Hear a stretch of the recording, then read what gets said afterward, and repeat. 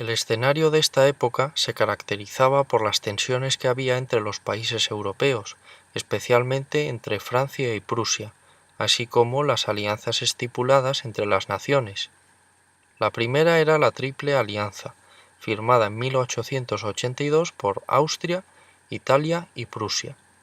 La segunda era la Entente Cordiale, un pacto de no agresión firmado por Francia y Reino Unido en 1904.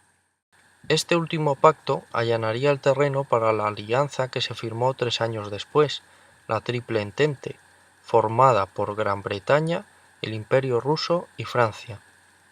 Esta última alianza se firmó con el objetivo de contrarrestar la fuerza que Prusia tenía en esa época.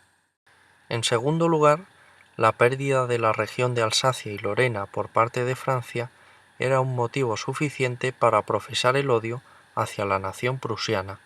En tercer lugar, el malestar de los Balcanes se hacía aún más patente. El Imperio austrohúngaro había anexionado en 1908 Bosnia-Herzegovina a sus dominios. Esta región dependía administrativamente del Imperio austrohúngaro, pero Serbia deseaba desde hace tiempo incluirla en el proyecto de la Gran Serbia, la futura Yugoslavia. Asimismo, Serbia era una nación protegida por el Imperio ruso, y la anexión austrohúngara encendió los ánimos de la nación zarista. A todo esto se debe señalar el asesinato en Sarajevo, el 28 de junio de 1914, del archiduque austriaco Francisco Fernando. El archiduque estaba de visita en la ciudad en un automóvil cuando el disparo efectuado por Gavrilo Princip le causó la muerte. Gavrilo Princip era un nacionalista serbio-bosnio perteneciente a la Mano Negra, una rama de la organización anarquista Joven Bosnia. Esta asociación defendía la liberación de Bosnia para su inclusión en el mencionado proyecto paneslavista Gran Serbia. En efecto, la joven Bosnia se había sentido ofendida por la anexión de su nación a los dominios austrohúngaros 6 años atrás. El disparo sufrido por el archiduque austriaco Francisco Fernando se lo conoce como Atentado de Sarajevo.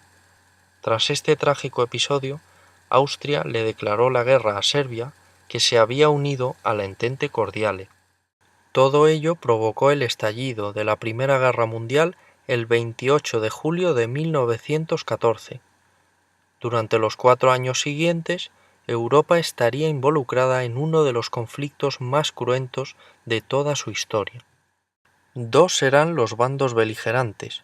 Por una parte, el bloque de las potencias centrales, formado por el Segundo Reich alemán, el Imperio austrohúngaro y el Imperio otomano, que harán frente a su bando enemigo, los aliados, integrados por Gran Bretaña, Francia, Italia, el Imperio ruso y otras naciones como Estados Unidos, Serbia, Grecia y Rumanía. Es verdad que Italia formaba parte de las potencias centrales, pero en 1915 se pasaría al bando aliado debido a una disputa territorial contra el Imperio austrohúngaro. El conflicto inició de manera favorable para las potencias centrales. El Reich alemán inició la contienda en el frente occidental, es decir, contra Francia y Gran Bretaña. En dicho frente se recuerdan las duras guerras de trincheras y el uso de armas químicas como el gas cloro o el gas mostaza. En este frente destacan las batallas de la Marne en septiembre de 1914, la batalla del Somme entre julio y noviembre de 1916 y la batalla de Verdun entre febrero y diciembre de 1916, todas ellas combatidas en territorio francés. En julio de 1917, los Estados Unidos se incorporaron en el frente occidental junto a Francia y Gran Bretaña, lo cual ayudará a que entre julio de ese año y noviembre de 1918 la nación alemana sea derrotada. La batalla de Cambrai entre noviembre y diciembre de 1917, la batalla de Amiens en agosto de 1918 y la ofensiva de los 100 días, desde la batalla de Amiens hasta el 11 de noviembre de 1918, provocaron el declive y la derrota alemana el 11 de noviembre de 1918. Mientras tanto, El Reich combatía en el frente oriental junto a Austria-Hungría contra Rusia, que será derrotada en la batalla de Tannenberg y de los lagos Masurianos, ambas en 1914. La guerra en este frente no fue tan duradera como en el frente oeste, puesto que el ejército alemán mantuvo un gran dominio sobre los territorios rusos hasta el inicio de la Revolución Bolchevique, estallada a finales de 1917.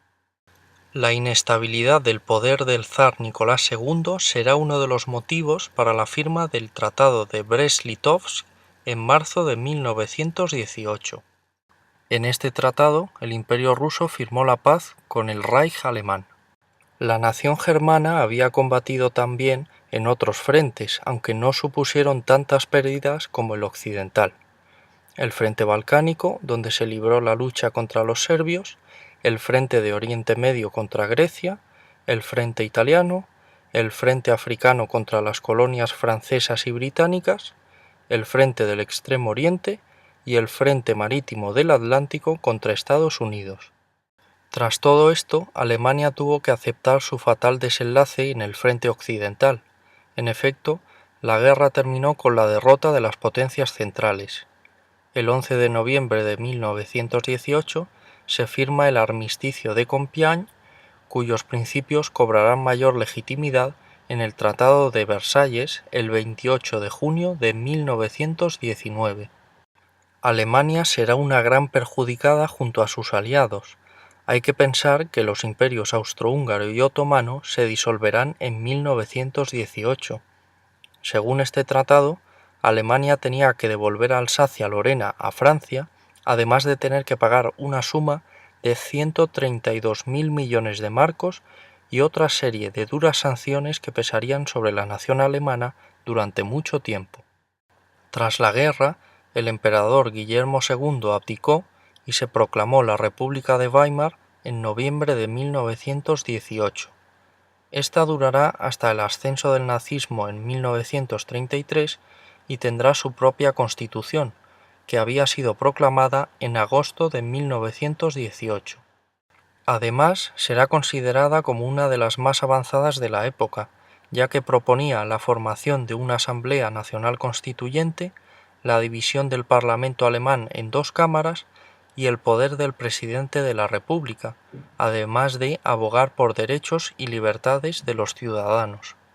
No obstante, lo que hizo que la República de Weimar durase tan poco fueron las continuas situaciones de inestabilidad en varios ámbitos: político, ya que se producían conflictos entre partidos de centro, derecha e izquierda; económico, es decir, el precio que Alemania tenía que pagar por haber sufrido la derrota, la hiperinflación, el crack de la bolsa de Wall Street en 1929 y la pérdida de territorios cuya explotación habría sido beneficiosa.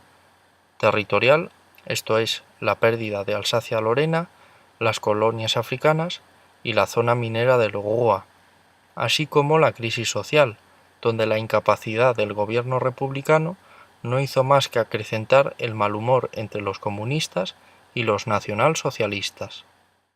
Recuérdese también el levantamiento espartaquista en enero de 1919.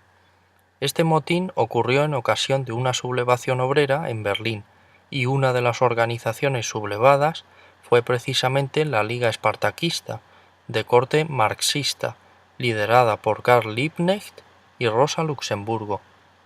El movimiento fue sofocado por el gobierno socialdemócrata del canciller Friedrich Ebert. Tanto Karl como Rosa fueron asesinados.